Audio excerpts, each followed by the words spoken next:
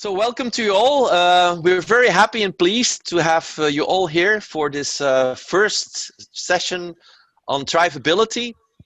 We is Rethinking Economics Antwerp a year and a half ago with Katrien, who's here, with Xenia, Joris joined, we also had Jonathan. And the idea of Rethinking Economics is, it started in the UK with professors, teachers and students that said, we need to change the way we teach economics. The economics mostly is being taught based on neoliberal thinking, on profit maximization and growth. And there are a lot of other different forms of economics. So the purpose, the mission statement of Rethinking Economics is to bring pluralism into the classroom. So having the possibility for students to hear different forms, different ideas about economics, and then let them choose, and etc. So we started in Antwerp because we feel, Katrien works for the University of Antwerp, I myself work for KDG, Business University, that it's needed because we're also focused a lot on that part. The second group that invited you is Imagine Life. Imagine Life is a non-profit. We started 5 years ago, Xenia and myself, and it's based on imagination, written with an E. It can be from energizing, from enthusiasm to empathy, to actually also create and to dream about a new world. We believe that dreams really help us. Being utopian helps us to actually bring a positive message to the world. So the combination of Rethinking Economics and Imagine Life, and so when life is the center, of course, brings you all here, and we're very glad about that. We've also invited friends from ULab, Theory U of Otto Scharmer. Imagine Life is also the Antwerp hub for ULab, for Theory U of MIT. So quite a few of the people present here are from ULab. We also have Chances to Change, what was started by Veerle de Bok, who is with us, which is a marvelous game, a board game, but about personal development, also with the image of bringing life in the center of what we do and how we look at the world. And of course, we have students. Very glad that students from KDG and hopefully also from the University of Antwerp joined. And through the Rethinking Economics Network, we also have people from different parts of the world. I didn't check where they all come from, but from different places. So this is the public, this is the audience. And then most important, of course, we have our keynote speaker, Michelle, who is giving the kickoff. Why did we choose her? Because she wrote a book. She wrote a book which is called The Age of Thrivability. So she's really the person to be with us. Before we're gonna start the conversation, what I would like you to do is to go in silence. Make yourself comfortable. Put your 2 feet on the floor. Sit on your chair, or perhaps you're in the sofa.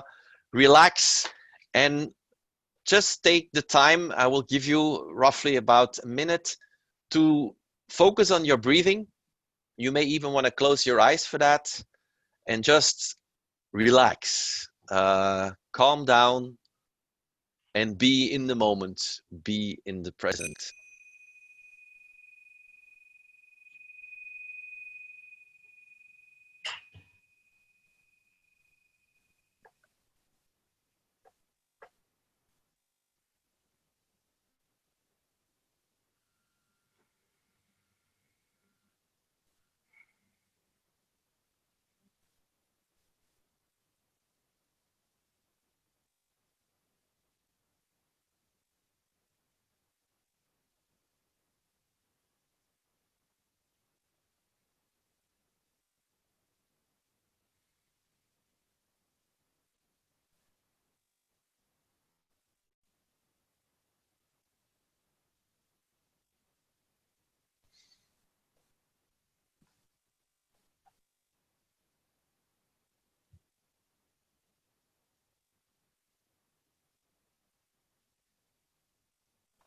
We're going to slowly bring you back, ask you to open your eyes, and we will listen once more to Michelle ringing the bells.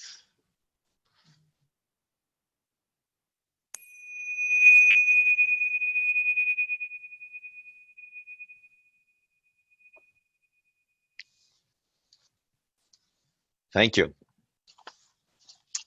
Michelle Holliday, you wrote a book, The Age of Thrivability, but before doing it, what happened? How was your life, and what made it that you decided to write such a marvelous piece? Well, thank you.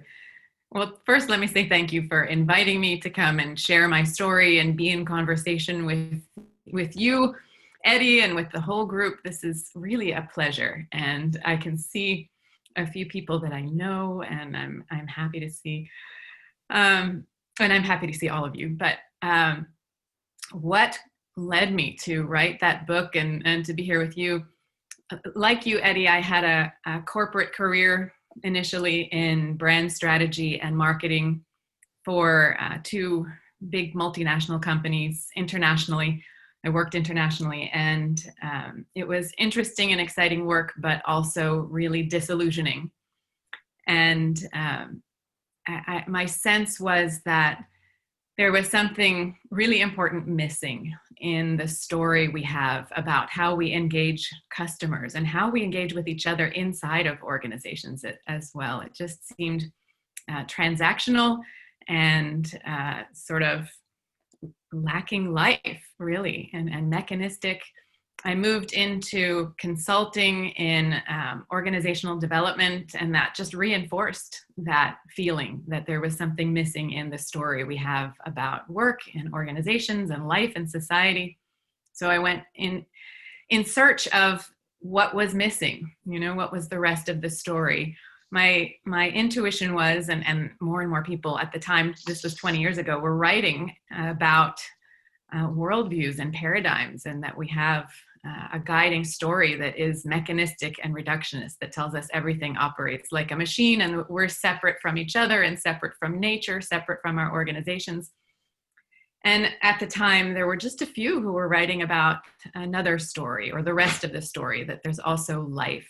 So I went in search of that story of aliveness. From the book, I had an opportunity to live in Paris for a year and a half, and I wasn't allowed to work, and that was kind of heavenly. I didn't have a work permit.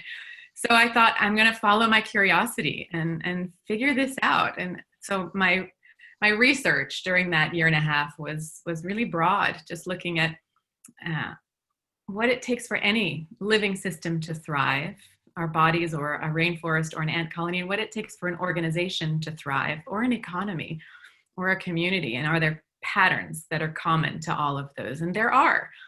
So I went further into the research and developed a consulting framework, and wrote the book over the next 15 years. It took a long time and a lot of courage. Part of it was courage because it's quite a different message, different from that mainstream message, but also it took working in the world to test out some of these new theories and perspectives, and give some texture and detail to them, and then go back into the writing, and then back out into the world. So it's for you, it's like storytelling. You also wrote that you're in between stories. The old one is no longer working. So how would you describe the old one? What is it for you? How is it represented? It's that I describe it most often as mechanistic and reductionist and extractive and colonizing and patriarchal. There's a whole bunch of different adjectives that are really coming down to the same story, that everything can be understood by taking it apart and looking only at the parts, and that we are separate from each other and from nature, from our organizations. And that's what creates really pathology, sickness. And I trace all of the major problems in society to that story. Yeah. And then you use the word thrivability. What does it mean for you, and why is it such a trigger for you that you spent 15 years on the book, and then what you're doing and then now? Another 5, and my life. This is my life's work. So I find I will share my definition of thrivability, or my understanding of it. I also find that we know somehow, when I'm able to bring people together in person, I like to ask people, what do you already know? You've heard this word now for the first time, but what do you already know? At some level, we know what it means. You know, the ability for life to thrive. We can start to imagine. And if we had a conversation together, some of us will bring some pieces and others the other pieces to it. But there's something almost valuable in trusting in that knowledge and that intuition about it. But beyond that, for me, it is an explicit intention to align with life. I talk about thrivability as the informed intention and practice of creating the fertile conditions for life to thrive. So if we're going to create the fertile conditions for life to thrive, we have to get informed about what that means and what that requires of us, what that involves. So that's where those patterns of living systems that I discovered that are present in our bodies and in ant colonies and in conversations and in organizations, economies, communities.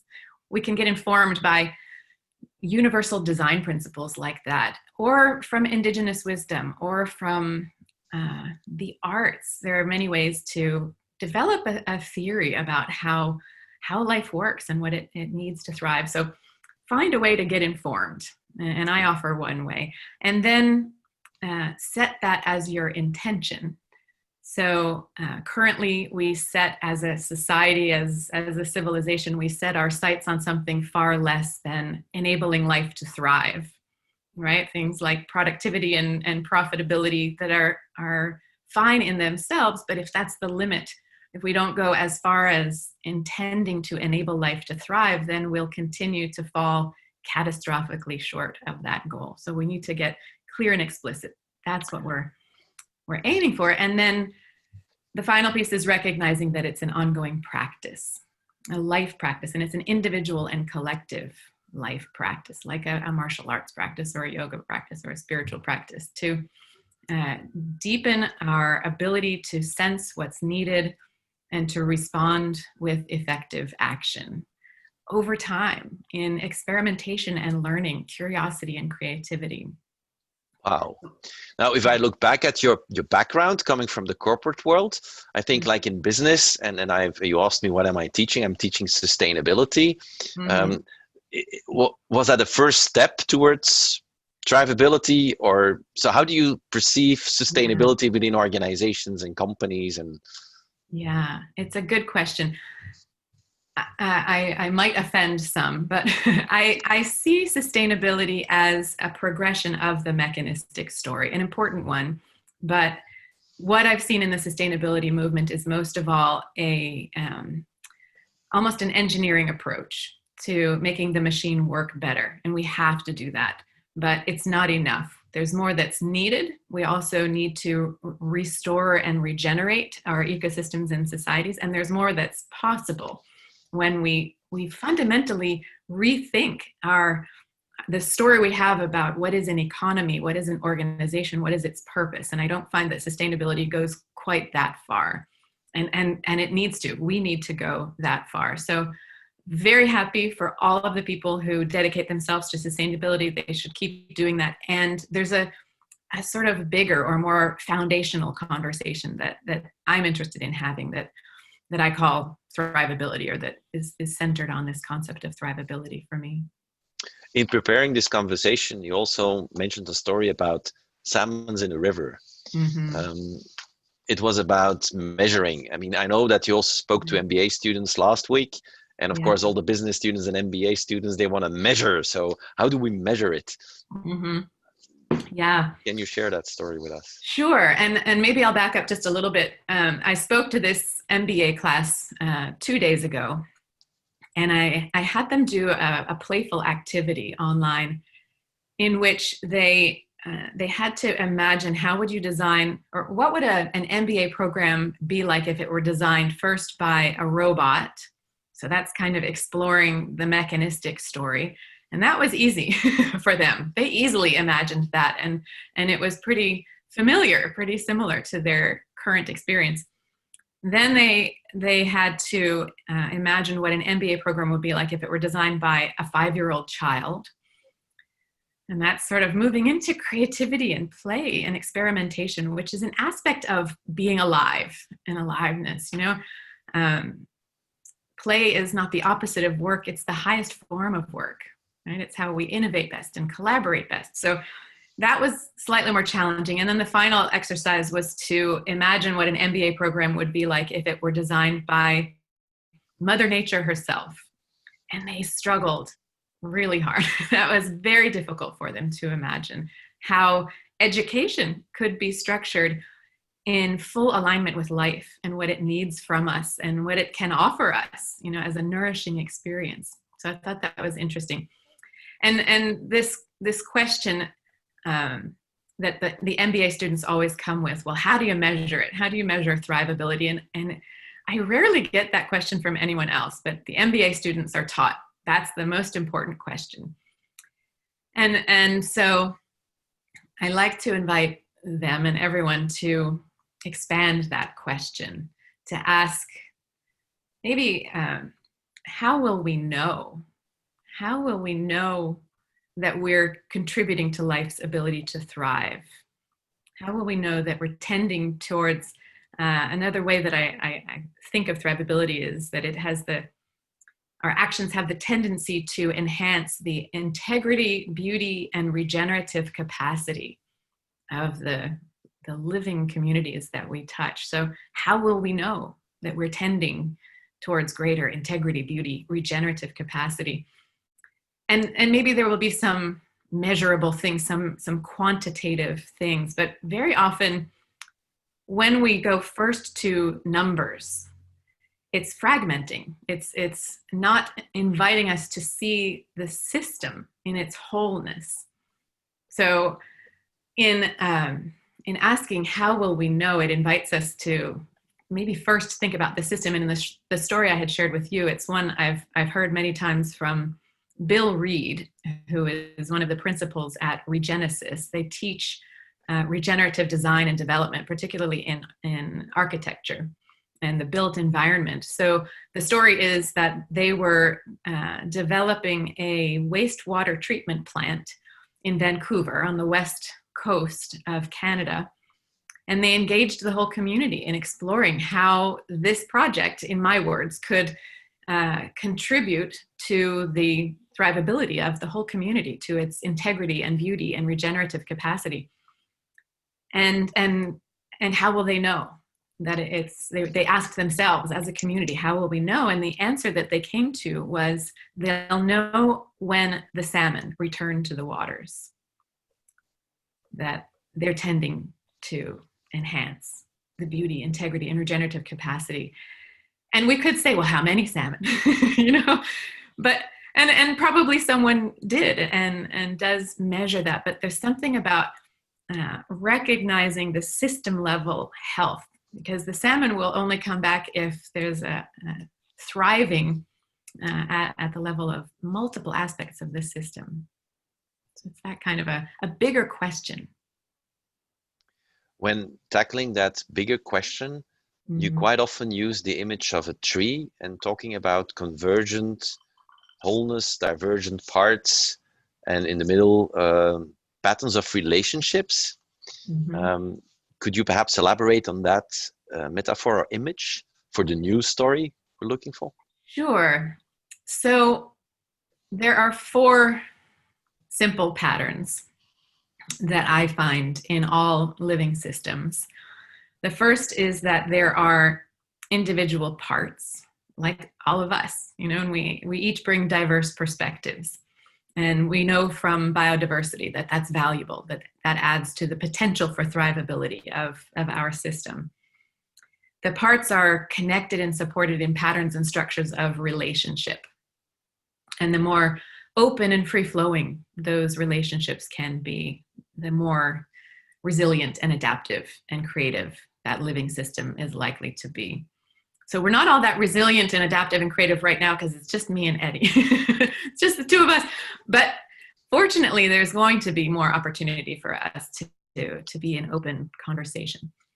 So those parts come together in patterns and structures of relationship in a way that enables the emergence of a new a new level of life with new capabilities and characteristics that we don't find at the level of the parts. And that's the magic that we're after in cultivating a living system, that the whole is greater than the sum of its parts, and new things become possible. And that system starts to take on a life of its own. So in human communities, what enables that is shared purpose or shared identity.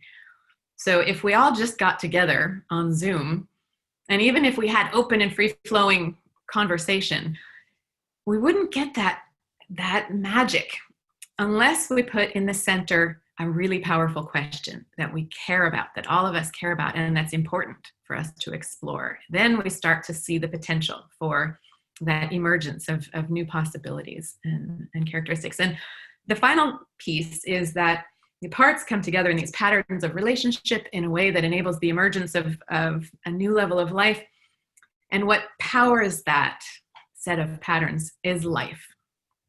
It's whatever it is that animates us and makes us alive, whatever spark it is. So anything that's alive is inherently self-organizing and self-integrating, integrating those parts into emergent wholeness, self-generating, self-regenerating, because it is alive. So if Eddie and I tried to script everything and control too tightly, we wouldn't get the full magic. But if everyone was allowed to speak from their inspiration, from what they are in a self-organizing manner noticing needs to be contributed, then that full pattern of magic starts to happen. So in the metaphor of a tree, I talk about how we could imagine the roots representing the people in an organization and all of their diversity. And with a tree, we need a diverse and broad root base to bring different sources of nutrients and just to hold up the tree. And we can imagine that shared purpose that brings us together in wholeness. That's like our offering. We come together in the shared purpose of making an offering up and out into the world, and the fruit, right, that we offer. And then the trunk represents in this metaphor that relational space that connects us and supports us. And what's interesting about the metaphor is that the trunk of a tree is mostly dead. It's not actively alive, except for a thin layer of living tissue under the bark called the cambium, where life flows through. And the reason that's useful to notice in the metaphor is that mechanistic story of organizations tells us that the infrastructure is the organization, the processes and the brand name and the contracts and the retail space and the desks, but we are separate. We are human resources being put into the machine along with other resources and ground up, and out the other end is spit some product to a waiting customer, passively waiting customer, who's also separate, and community doesn't even feature in the story. So here we see in the metaphor of the tree, that infrastructure is actually not where the life is. It's just there to support and connect us. And so when we worship the infrastructure, we necessarily create bureaucracy. We're in service of something that's not alive, and it feels like that, right? It drains us of our own aliveness. But when we're in service of where the life is, where it comes into the system, the people who work there and the people who are being served, customers and community, and we recognize that's one whole living system that we're stewarding at all of those levels, then we start to think differently about our organizations and create different patterns. And sorry, the last thing I'll say is that infrastructure is not alive, but it's necessary. It's necessary to support and connect us and to raise up our offering, out to the light and life of the sun so that we can bring life back into the tree. So it's necessary, but it's not the point, and it's not the whole organization. Okay, thank you. Does that make sense? In the meantime, I invite people to bring in sparks in this discussion, a dialogue, so that's not only between the two of us. And I think there was already a question of Yori, so I'll come to that question first, but in a minute. But so the old story for you, it's like the mechanistic approach we have towards life. Mm-hmm. And so the new story is based on regenerative capacity that we need to create. And so what's the core from where it all starts? Is that life? Yes, exactly. So in recognizing that fourth part of the pattern, then we see that we are not, most of all, the engineers and mechanics in command and control, that is not our most powerful role within any system at the organizational level or at the economic or community level, that we are stewards or gardeners. We can create the fertile conditions, those first three aspects of every living system. We can create those fertile conditions to enable life to work its magic, right? And we can be stewards of that process. It's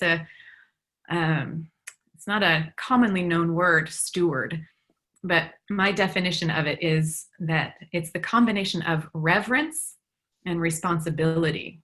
Reverence is like wonder and awe, and when there's something that's alive, it's beyond our ability to comprehend, really, in its full complexity and its full potential.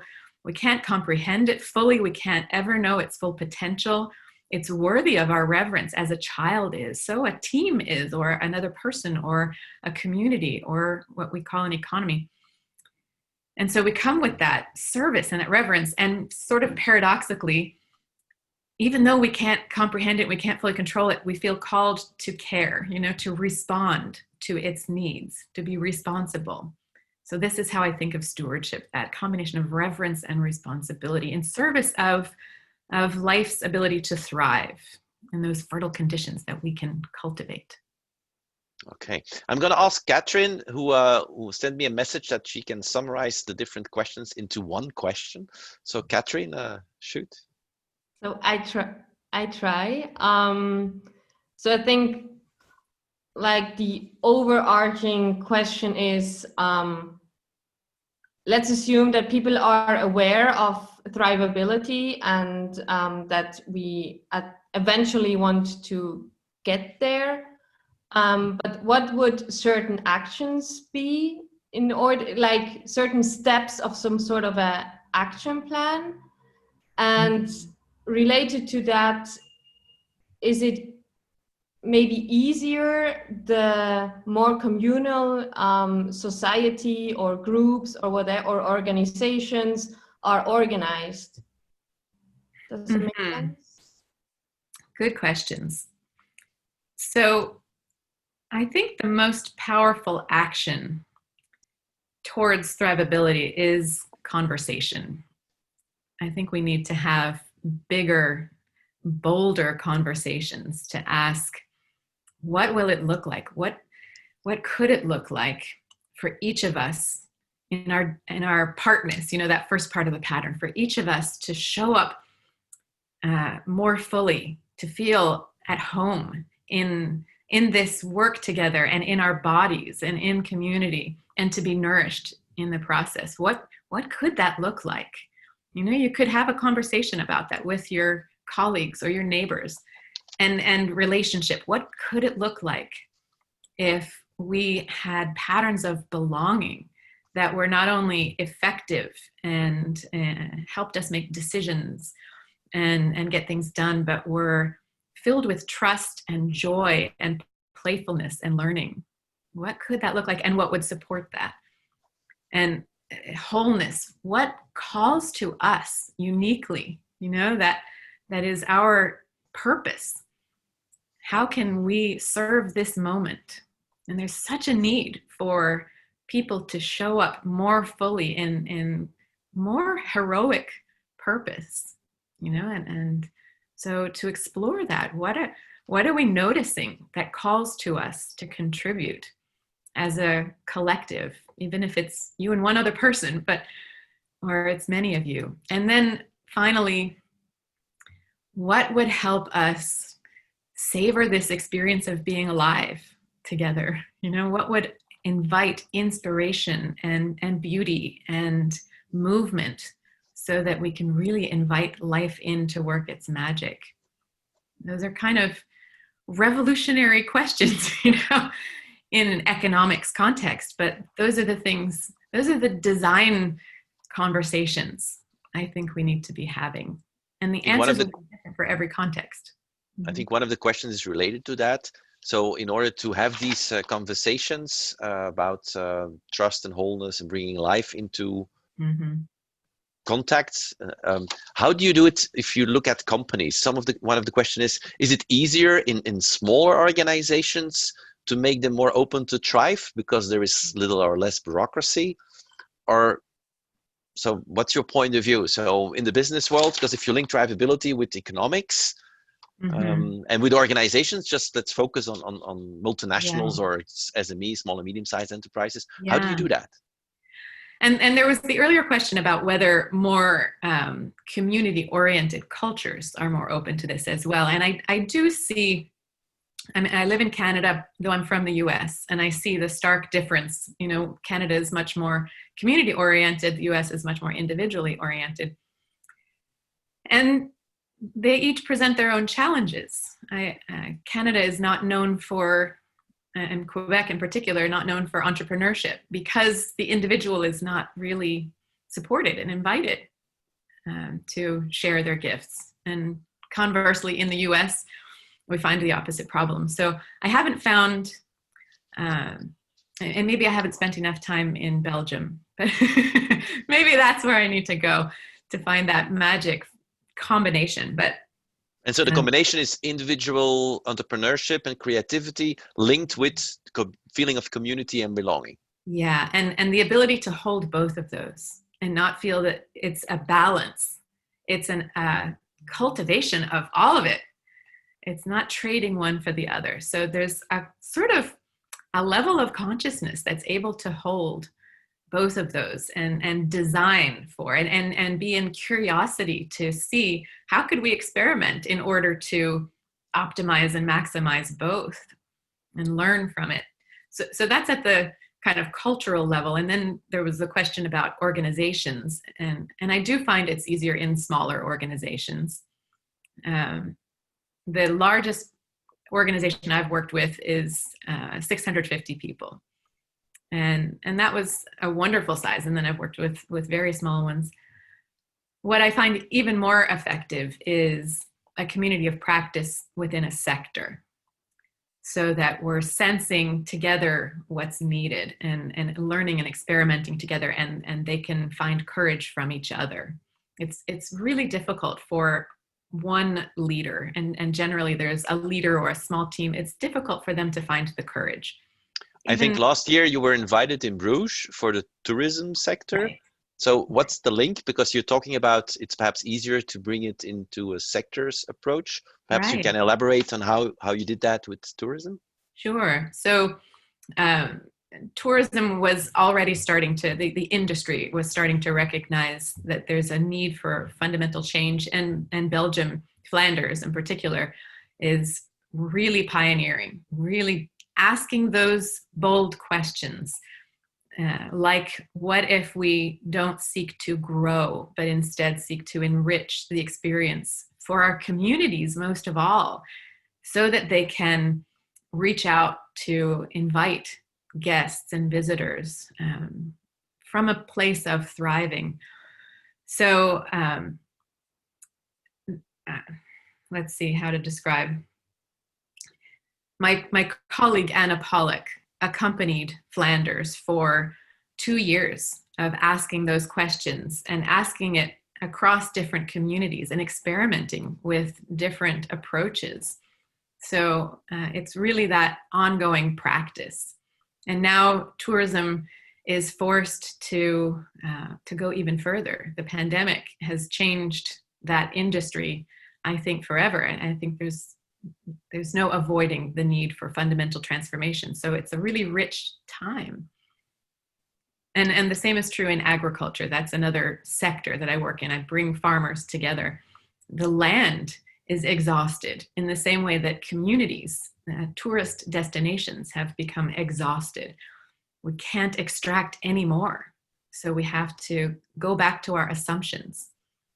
You've been using the word purpose a lot in your explanation today. Mm-hmm. Is it, I don't know, is it like the agricultural and touristic sector have to redefine their purpose, or how do you see their purpose? Yes. So in agriculture, the mechanistic story tells farmers that they are the ones who grow the plants with their heavy equipment and their chemical inputs, fertilizers and herbicides and things. And that worked for a short time, but eventually it's not working anymore, and it's more and more expensive as you need more and more inputs. So what they're coming to learn is that it's actually the living system that is the soil that grows the plants, according to those same patterns that I described, the microorganisms in the soil that create structures and patterns of relationship. And there's this process that's called quorum sensing, Quorum, quorum sensing. When the conditions are right, then this collection of microorganisms in dirt senses the conditions are right, and there's a transformation that takes place so that they become soil. They become the living system that is soil, and it's all self-organizing and self-integrating. And when they become soil together, then they have the new capability then the soil has the new capability of holding water, and that counteracts droughts and floods, of sequestering carbon. So soil is many say the most powerful way to counteract climate change, healthy living soil, and to grow plants. So the farmers are now understanding that their purpose is to support those fertile conditions, to steward the soil, right? It's a very different orientation, and it's disorienting. And so they need each other in a community of practice and learning and support. It's a bit reflected in the Kiss the Ground documentary. Exactly. Where actually it's being explained. One of the questions that I get, which is actually also a nice one, is how do you communicate these concepts to the more mechanistically thinking leaders? Because we do have quite a few on this planet at the moment who really stick to the mechanical point of view. Yeah, I think it's why I went into biology most of all, because I find it's undeniable. It's science, and I can describe how soil works, and it's not really up for debate. It's not my opinion, but this is how soil works. This is how our bodies work. I can point to countless systems, and I can describe how those patterns are present in our organizations and conversations and economies. So it gives us some common ground. But if a person isn't ready, then they're not ready, and there's a lot of investment in the old story. So I don't try to convince anyone. I invite. Maybe another question. When you use the word patterns, can you elaborate on that? What you specifically mean with patterns? Maybe. Maybe conditions is another word. So there's a tendency that if a living system is to thrive, then there are parts that are diverse. So that's what I'm thinking of as a pattern. And similarly, there is the flow of relationship and exchange of energy and life and information. So it's just this consistent tendency that represents a fertile condition that we can cultivate once we're aware of it. Does that help? Yeah. The fact that we are living through this time of Corona, COVID-19, the pandemic, it actually stopped the world a bit to some extent. Is this an opportunity for you to move towards an age of thrivability? And what would you recommend our leaders to do? Or maybe not the leaders, I don't know. Who would you recommend to start doing stuff? Yeah, it's definitely an opportunity. It's exciting and terrifying at the same time, and encouraging and leaves me in despair. I find over the past 3 years at most, the conversation was really starting to open up.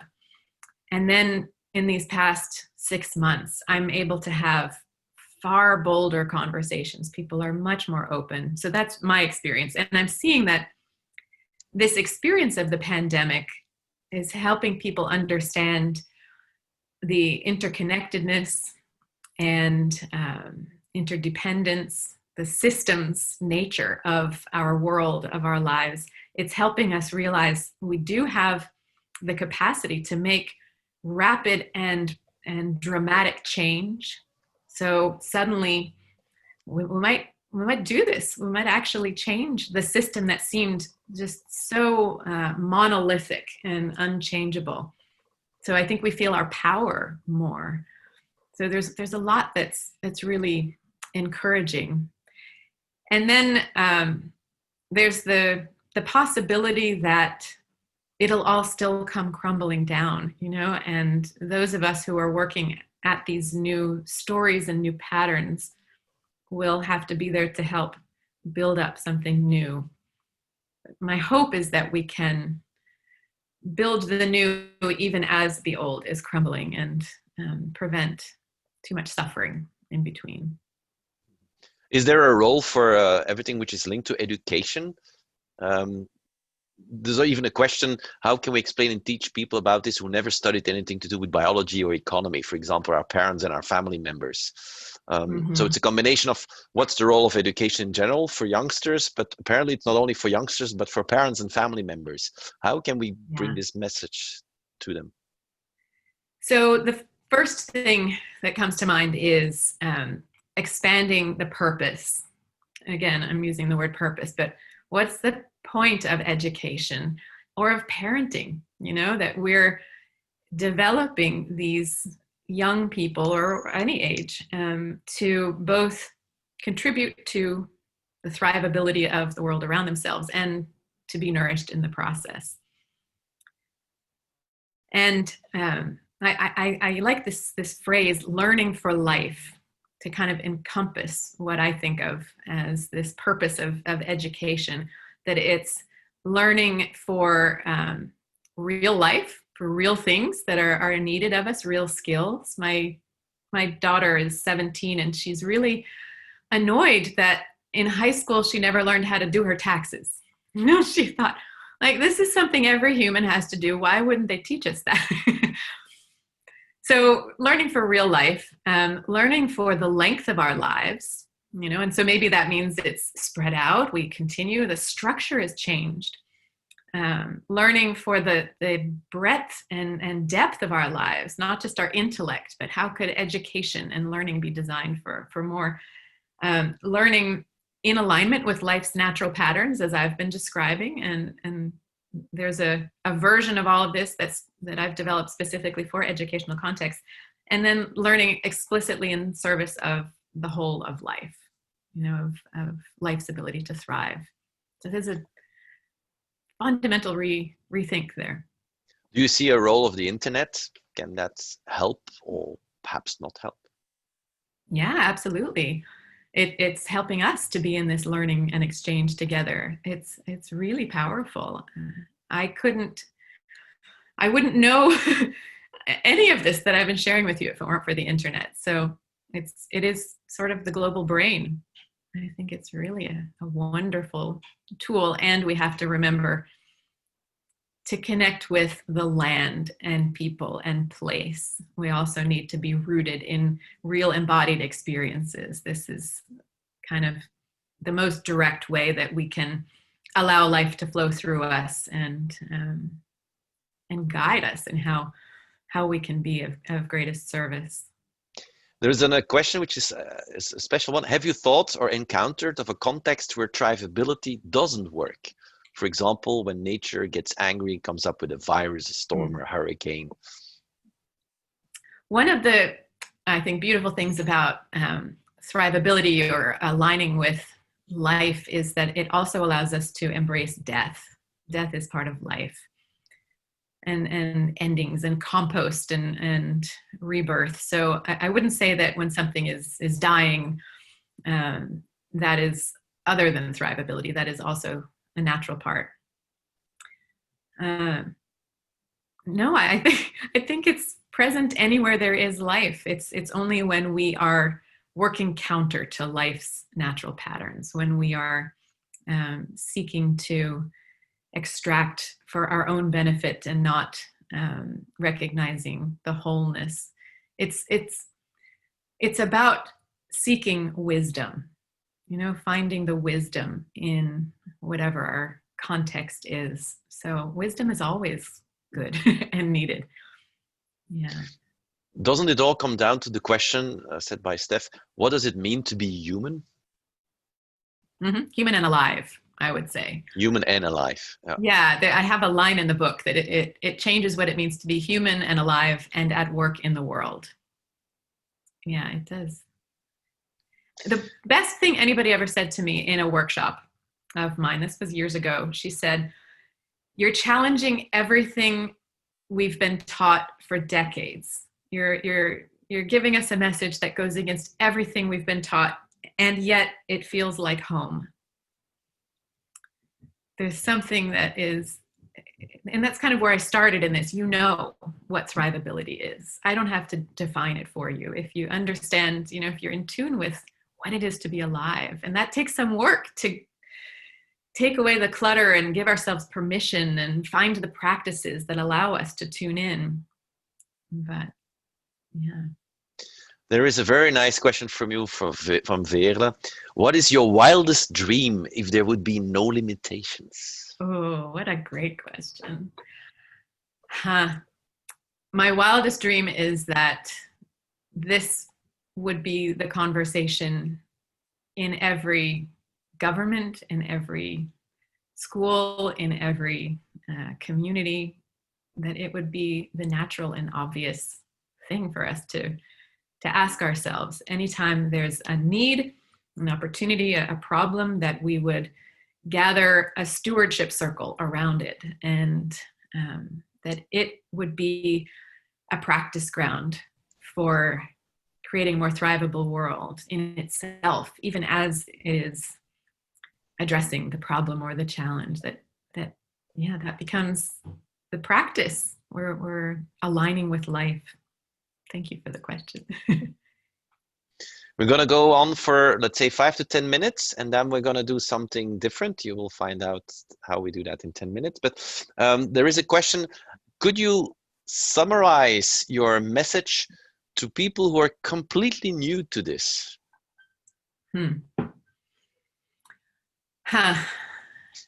So that's always hard. That's always hard. My husband and I went to a comedy show, and the comedian was calling on people. So, what's your name and what do you do? And I was like, don't call on me, please. I can't possibly tell you what I do. But yeah, it's something about recognizing the problems in the world and that they're getting worse. The more we're aware of these persistent problems like poverty and homelessness and addiction and suicide and ecosystem degradation, the more we're aware of them, the more we try to solve them, the worse they get. So something's got to shift. Something in our assumptions about how we understand the problems and how we go about them. And in recognizing that this is not a short, I can't do it in a short way, but give me 30 more seconds. So my view is that the problem, the root is that mechanistic story, and there's a life-aligned story that's possible, and it's more effective, more joyful, more alive, and we all have some experience of that. I would hope everyone has some experience of being in flow and creative and aligned with someone. So you remember that, and that works better. So we have both the carrot and the stick. The stick is stuff isn't working and it's getting worse, and we're headed for extinction. We're headed for bad stuff. And there's this whole other option that's beautiful, and it, you've experienced it, and there are pockets of it all around the world, which is the point of my book, The Age of Thrivability, is to say, look at all of these signs that it's here. There's that beautiful quote, the future is already present, just not evenly distributed. So that's where we are. So that was long. There is kind of a, how can we all do that, aspiring thrivability or purpose, when quite a lot of people on this planet are just busy making ends? Yeah. And surviving. Yeah. There are a few things that give me hope there. And this is another gift from the pandemic. We had no choice but to take care of each other in many circumstances. So I've seen examples of what's sometimes called mutual aid societies, but it's just neighbors coming together. So who was it who had the story of the volunteers just before we started and the buddies? Emil. Mm-hmm. Yeah, Emil. So I see more and more examples of that, and I'm involved. We're going to talk, but I'm involved in a group of volunteers in Montreal, and we commit to a family for a year. And it's not that we're giving them money, but we're good neighbors. You know, we're just supporting them in whatever way they need, and there are others. So I see that we're finding ways to fill in where, Emil, it looks like you want to say something. Yeah, that's true. That's true. Yeah. The question is, I was a businessman and I changed completely. And I'm going to write a book probably that people have to make a U-turn, if possible, make a U-turn in their life. Now, there is a model of, I forgot the names. It starts with the mission, and then with your personality goes down to values. And then finally, at the bottom, it says what you do, what your behavior. But within that model, Dilts and Bateson, that's the model I was thinking about. But you can also go from the bottom up again, and that's what I did. That's the U-turn. So you, by being in contact with other people and being together and talking, simple things, Mm-hmm. you can say, hey, I changed my values of my life. Right. And I believe that that's the way you have to change it. Yeah. And I did it myself, by the way. I experienced it myself. Good And for you. this makes me much more happy than before when I was rich. That's wonderful. And Eddie, I want to share one other thing. You invited me to speak about rethinking economics, and I more often work and write and speak at the organizational level, but I wrote a chapter that I didn't end up including in my book on living economies, and it was a little bit of a struggle because I don't know what is an economy. I think it's actually not a real thing. You know, I always think, don't we just mean communities? How is it different? You know, and what are we extracting when we're talking about economies? And is that wise to extract those things? But I wrote about how economies are living systems, living ecosystems. They follow the patterns. And last week, I came across this guy, Jorn Bettin, on Twitter, and he writes about the transition from thinking of economies to thinking of ecologies of care. And I thought, that's what I've been searching for. It's a beautiful phrase, ecologies of care. So if we could shift the story we have about what we now are calling an economy to an ecology of care, then we'd have lots more Emils. I think many more people who would just see the nature of our interactions and our transactions differently. The thing is, how do we organize the well-being on Earth? Yeah. And then you have, it's the economy that pays it, actually. But the question is, should that be centrally organized by the government, like it is more in Europe than in the States? Or is it the capitalism that should drive the economy? Now, in the book I'm reading from my economies teacher, Paul de Grauwe, that I had before, he brings it and he says, none of both is good. Right. He says that if it is driven only by the central, if the economy is driven by the government, then you have actually the communism. And because communism in many countries was not able to bring well-being to everybody. It's a very low level. Mm-hmm. Look at North Korea. And then if you look to South Korea, you see that the gross national product per capita is much higher growing. But also this capitalism has a number of defects, limitations. That's where the book is about. Right. And limitations. Emil, I'm going to stop you there because it's part of one of the future discussions. If we're going to Really? talk about what's going to be the role of the government. So, Yeah. but it's an interesting one because one of the questions was, how do we move towards this age of thrivability?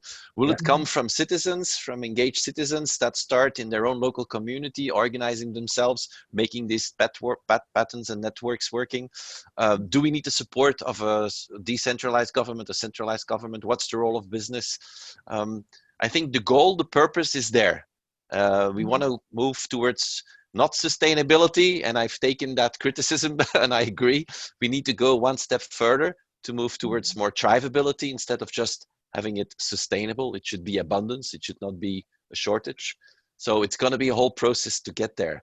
I would like to perhaps stop this dialogue for the moment and inviting you to answer two questions which we're gonna share with you on your screen.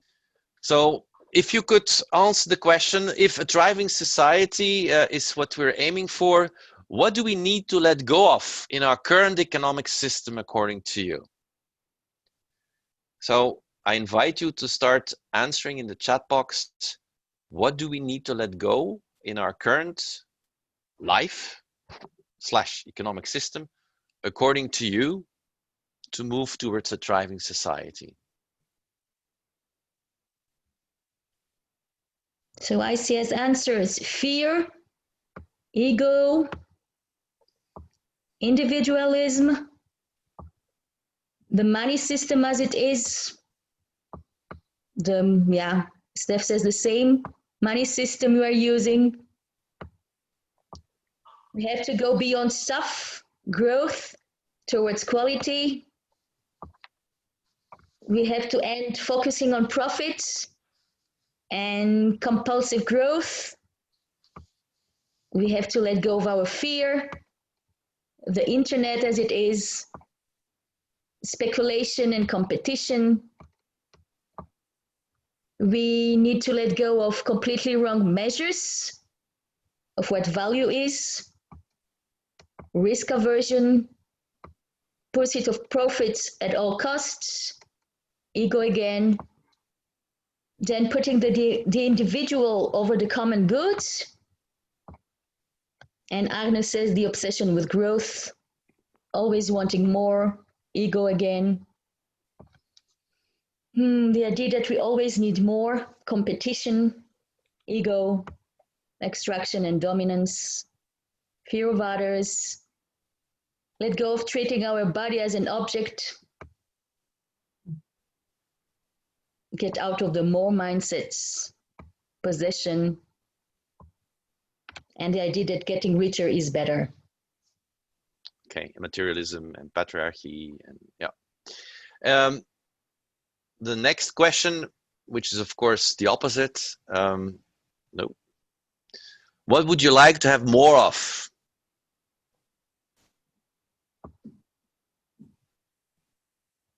Love, sharing, love, connection or reconnection, happiness, empathy, smile, self-love, regeneration, play, whoa, freedom, yes. Laughter, you were laughing. So. Woohoo! Connection with nature, that being yourself is enough, conversations, beauty, care, adventures. Nice. I'm going to such a place, such a future. Cooperation, time to meet, flexibility. Joy. Joy, yeah. Nice. Okay, thank you for sharing all that. Xenia is gonna put you in different breakout rooms, also authenticity, harmony. We're gonna collect all these words and we're gonna probably incorporate it in the recording of this session. And you'll have to close this view because otherwise I cannot do my work. Okay, so but the question you're gonna have for the Zoom room is the one you see there now, I think. what would a thrivable society look like in your specific context? So whether you're a student or a teacher, or so in your life, maybe what would a thrivable society look like for you? Maybe that can be the opening question in the chat box. I'm going to stop sharing so that Xenia can start preparing the rooms. Maybe just a suggestion, but you will probably do that automatically when you're in your breakout room. Okay, your names will be visible. Perhaps a short introduction, but don't keep it too long, because we're going to give you only 20 minutes. And then from each point of view, okay, what is for you then a thrivable world? How would it look like? If one of you perhaps can take some notes, and afterwards when we come back in the main chat room, that we can hear from some of the breakout rooms, what were the ideas you're coming up with. We will unfortunately not be able to listen to all of you, but to some of you. So Xenia is now gonna put us in different breakout rooms. You will have 20 minutes, and I think it will say probably the last 5 minutes or 3 minutes, there will be a countdown. And then you will automatically come back to this general Zoom session. Enjoy the moment, enjoy connecting with people, enjoy thriving in this 20 minutes by sharing your ideas, your hopes, your purpose in life, your wishes. And I will see you back in 20 minutes from now.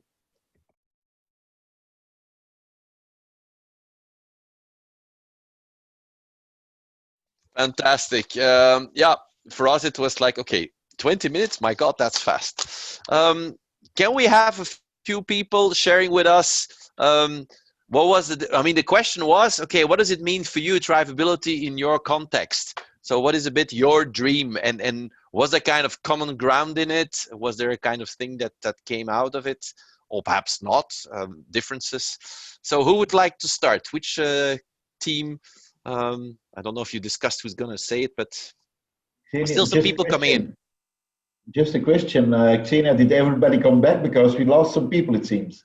Yeah, I still have people apparently in the... Right, I'll give it a whirl. Okay, Maxime, So go the ahead. question we actually worked on is how... Can we see you as well? Can you open your cam again? Hold on.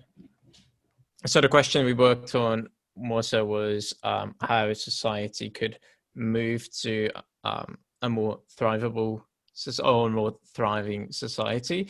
And what we came up with is that we'd all need a change in mindset, which could be initiated by a change in the education system, and that overall people may want to delve into matters such as philosophy, just to improve people's mindset. So then we think of positive genres of philosophy such as Stoicism. And also we said that people would need to become more, or would have to start to take more care of one another. Okay. Yeah, the word caring came also back in our group. I guess we only let the youth talk, Eddie. We only let the youth talk. Okay. Well, I don't know. I mean, it's a free world, so it's not age limited. So Maxime, thank you for sharing. What about other teams? I can give it a go if you want. Yeah, Sixten. So in our team, we sort of had the same consensus that we need to change our field of view to a society that cares more about the well-being of one another and the thriving aspect of nature and society as well, instead of just having a society based upon numbers and maximizing profit and maximizing sales. And as well as that, we also looked at the aspect of our personal well-being and what happiness would be for us, that we can't let ourselves be like led by society and put in a box that when you're born you have to study, you have to get a job, earn a lot of money, and then at the end die. That we need to change that view as well, and that we have to find our sort of inner voice that will guide us through our journey along life, that we need to find what is happiness for us and not let that be be based upon social media or society, what they tell us happiness is, but that we need to find it for ourselves. Wow. Basically. Yeah. Michelle, I if was you want just to gonna comment, ask- feel free. I was just going to ask you to put up a smile as well. That was wonderful. That was Thank you. amazing. Okay. Lynn, you want to say some words? Okay, so we talked Lane, about... can we see you as well? Or Yeah, The camera sorry. doesn't work. Yeah, my camera doesn't work. okay, then we just listen to your voice. Yes. So we took thrivability a step further, wherein we used a thriving, because thriving is being and thrivability is much more about trying to be. So as a community, we should dream and create with harmony, in harmony with nature. So we talked about it, and nature was a word that was very central. So we should get to know individuals, ourselves better on basis of our capabilities. Worship each other's quality instead of just doing it all for the money. And yeah, a little bit that's maybe Joris, you can help me out a little bit. He already wrote some stuff in the chat box. So. I see. But you did that before you started talking, Lane, and I think I mean, what you said was valuable, and I like also the fact that you start using thriving versus thrivability. I don't know what Michelle thinks of that. I think I agree with what you're saying, that thriving is a step further. I also find we can't control whether any living system will thrive. And I'm not sure that there's ever a moment, we are thriving and that's it, and it's done, and then we go home or what. But what we can contribute to is the ability. We can cultivate those conditions. I find sometimes when people are focused on thriving, then they put it at the end of a spectrum.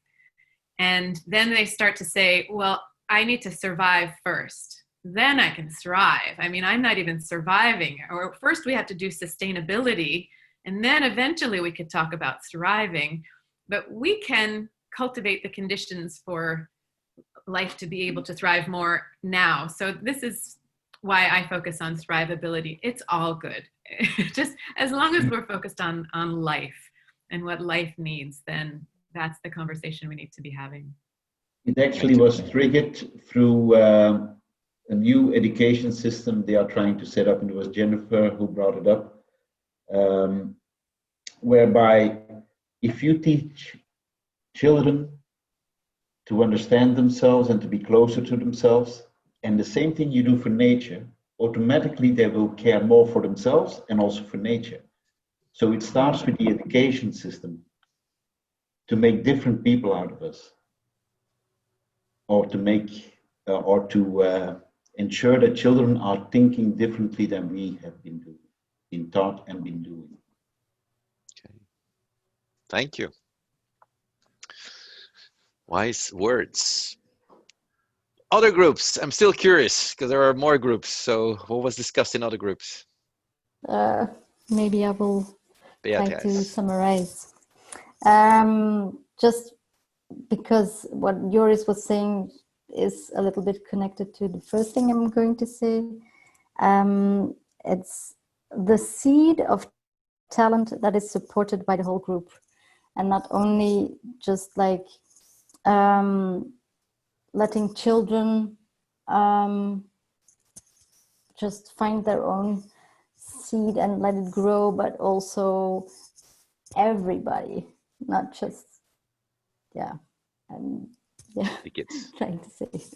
And then purpose to make the whole work was one of the sentences that was coming, or the ideas that were coming. Then sometimes there was a concern, like sometimes you have a passion and you need to do other things. How about that? How does that work? And then we need to be in harmony with nature as a whole. Okay. That's about it. Thank you. So one of the things that was raised in your group was that indeed, sometimes you have a passion and you're not capable of doing it. You're forced to do something else. So how do we solve that in an age of thrivability, Michelle? Well, I think we learn where we can. You know, we take every circumstance as an opportunity to create a practice ground for a more thrivable world. You never know what you'll learn and how you'll grow. Yeah. And we can create a society, Eddie, as you described in your TEDx about Ikigai. The more society can be shaped to support people in doing what they're passionate about, the better. But sometimes you have to care for a sick child or parent. And I think the more we let go of the roles and expectations that the mechanistic story forces on us, the more we might relax into those new opportunities and create meaning within them. Yeah. I would like to invite some people of the group I was in, because it's linked. We talked about interdependency. And so we had some younger people in our group and a bit older people in the group. So the way we looked at things. So I invite, I don't know, Alisa or Steph, whatever, because there was a debate who's going to share the knowledge. Steph is quiet. Alisa, you want to say something? You are still muted. Well, I'll try to summarize it clearly if I can. Well, in our group, we talked about, for my understanding, we had a conversation with collectivism, that we have to bring everyone together. And also we talked about understanding interdependency, as what you said earlier, and the generation of the society. And also the difference of young generations' point of view and the short-term and long-term life, and also what is a thriving society. I think that's all that I can, I can share. And Steph had a nice quote of Rousseau about freedom. Steph, can you share that quote? What is freedom? It's especially to do with because these days a lot of people are talking about, oh, my individual freedom, but I think it was Jean-Jacques Rousseau, but I'm not 100% sure, who said freedom is not being able to do whatever you want to do whenever you want it. Freedom is being able to choose not to do what you do not want, and that's, to me, such a more valuable and more society-oriented definition of freedom than the individual freedom that is now flung about everywhere on the internet these days. And it's a replacement of the old story where you can do whatever you want, to the new story, which would be not to do what you do not want to do, and now live in harmony with other people, not only in the current generation, but also taking care of future generations. Yeah. Okay, sorry for that intervention, but it was an interesting discussion in the group I was in. I see some other people that would like to share. Neil, I see his hand going up, or was that? No, it's fine. Thanks, Eddie. We had a wonderful group, but just picking up on Steph's point there, that the golden rule is, do unto others as you would have them do unto you, or don't do unto others as you wouldn't have them do unto you. But there's a platinum rule, which is don't automatically do unto others what you would want them to do for you, right? Which is around caring and respecting their autonomy and their sovereignty. And the beauty of our group, we had Arne and Bob as students, Marika, who's a wanderer who's building a nature retreat for people that need to be cured from burnout. And Michelle was able to join us, and then Anne and myself. And in that group, we recognized that it was the connection with nature, but also the not being forced to go through the same process for the students. You know, that be born, study, get a job, sit in a cubicle, die. You know, how do we get out of that? And the beauty was that Anne and I have tried to break out of that box. Michelle has helped to change the shape of that box or boxes, and where to from here. The students could see, and this was the point I think that really made us resonate, was there are older people in the group that haven't given up on trying to help the younger people have a better life and a better way forward. And the intergenerational capacity to have these conversations is so critical to any thrivable society. Because if we're not here for the youth, who are we here for, right? And so the 7 generations that came before us and the 7 generations that come after us, how do we create the space for them to thrive so that we can thrive? So I love what you've done here, Eddie and Xenia, in creating a space where we've got the intergenerational mix, and hopefully they pick up a bit of wisdom and not having quite given up yet, as well as the doom and gloom and the problems, because we've got to face reality. And they can also see they've got compatriots in us that want to walk with them, cheer them on, assist them as they lean into where their passions are. So that's what we're here for. Thank you. Thank you, Neil.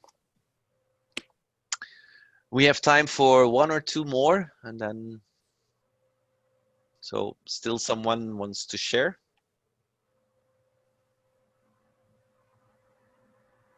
Ingrid? Yep. I was in a group with Sophie and Anouk and Philippe. We talked about the importance of, I would say, like co-caring villages in connection with nature, but not in the old sense of the word, like everybody's going to church and we live in a closed community, you know, open communities that are linked to each other, where people can put their talents in and capabilities, that they can thrive, so that everybody is is happy, and and happy people, or people who are in a well-being state, are far more creative and inspirational to others. So that's a thing, and also the importance of the conversations and asking philosophical questions, make really time for it with the people, intergenerational, and also what we talked about in our society, in between branches and sectors, because everyone has his own culture. The culture of the farmers isn't the culture of the bankers, isn't the culture of the people working in the healthcare.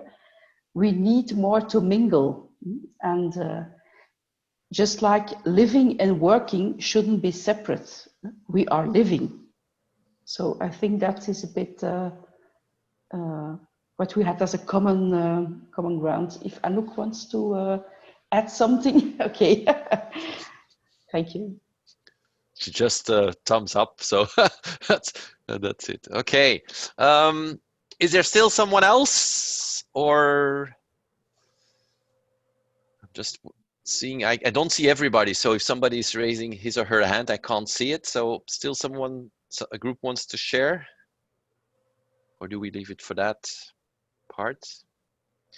I would like to invite Michelle back as when she hears, and you were also in one of the groups, when you hear what was brought up, what was discussed and shared from your point of view, being the author of the Age of Thrivability and spending your life in spreading the word.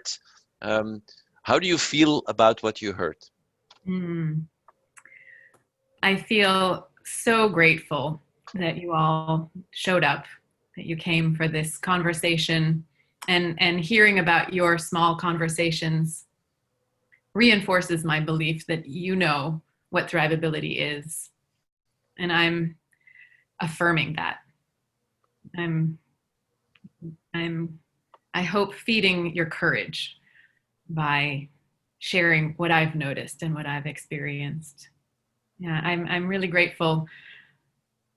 Eddie and Ksenia and Catherine and Joris, who else? Who else helped to bring us together? Everyone who helped to bring us together.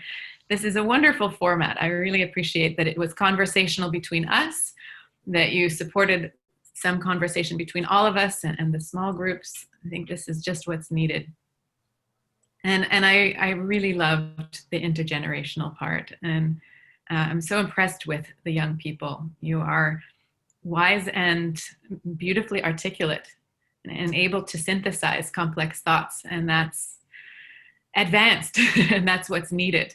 So that gives me a lot of hope. And I was really moved when Neil pointed out that we are the old people who haven't given up, and we're still here. So, so yeah, all of it gives me a lot of hope. Thank you for this, everybody. Thank you for being with us. I don't know if Ksenia still wants to add something, because she's been listening, and she's the founder of Imagine Life. So the word life is in there, and we've discussed life a lot. So maybe can we have some closing remarks from you, Ksenia? Oh, closing remarks. Okay, no, I'm just so grateful for all of you, just as Michelle said a minute ago, to show up, to be here. It's incredible to be able to talk to somebody who sits now in Canada and somebody else is in Oregon, and we have all of our Belgians here together, but also some people from other countries in Europe. And I like the question that came a few times: what is actually thrivability? And I like the fact that we didn't receive a definition as such, but through the conversations in the different groups, everybody has shown that we all understand what it is. And if we all can connect with that place in us that helps us feel what living is, what life is worth, well, there is hope for the future, I guess.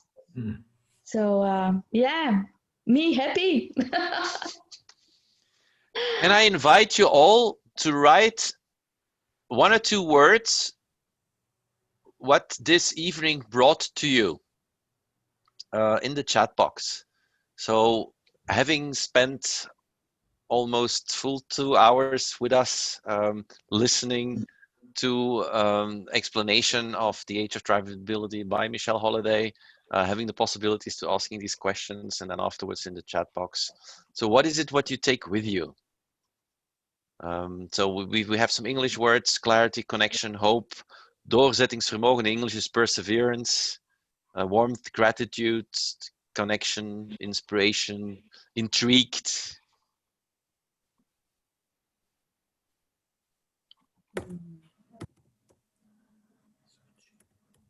Hope for change, new perspective, joy, broadening of the field of view, affirmation for some.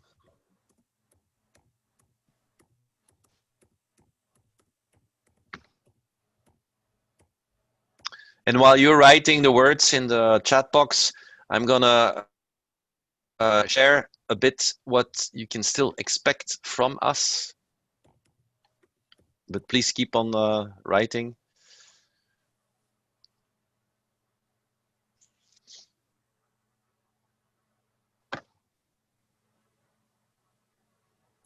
So what I'm sharing with you is for those of you who want to know more about the Age of Thrivability. I think, well, I'm sure the book is also available in the KDG library for the students amongst us here, but also, of course, available through the internet, I guess. And I also recommend you to have a look at Michelle's website, because there is a lot of beautiful information available and inspirational thoughts that you can find there. In the meantime, I read also Pioneering and Daring Greatly. I also like the word daring. We need to dare and greatly. Searching for a better world for everybody on the planet, and A Call for Leadership.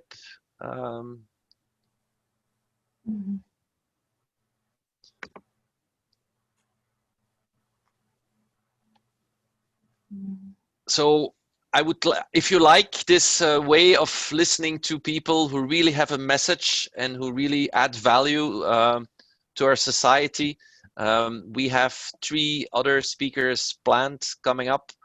Kees Klomp from the Netherlands. He's a professor in meaningful economy, in purposeful economy, betekenis-economie.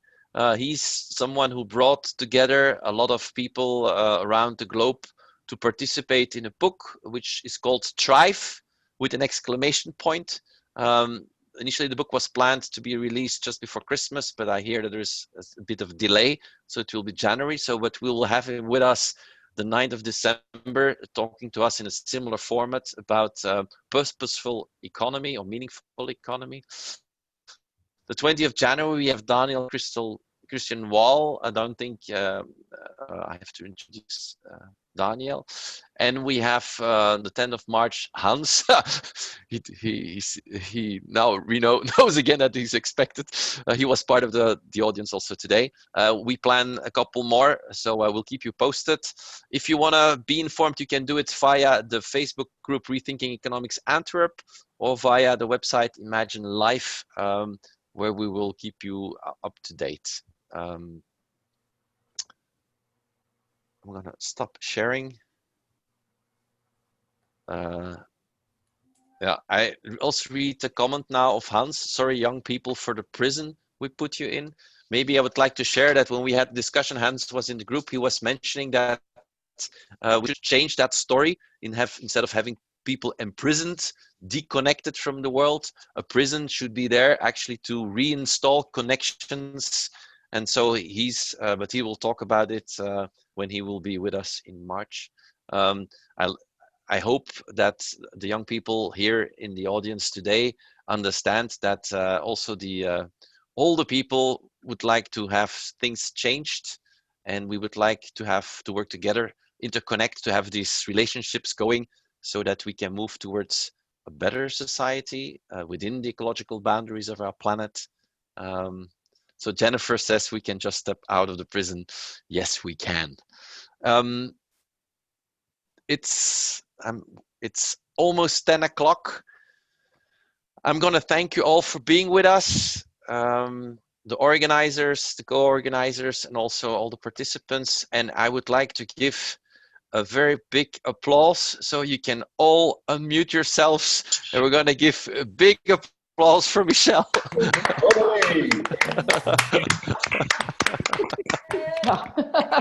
Thank you, Michelle.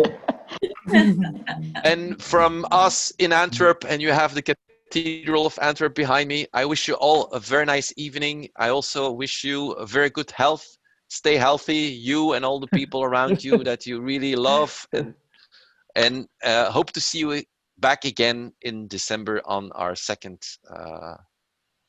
part of series on thrivability. Have a good evening. Have a good night. The recording will be available later on through the websites. Enjoy and flourish, thrive in life. Great. See you all. Bye. Bye. Bye.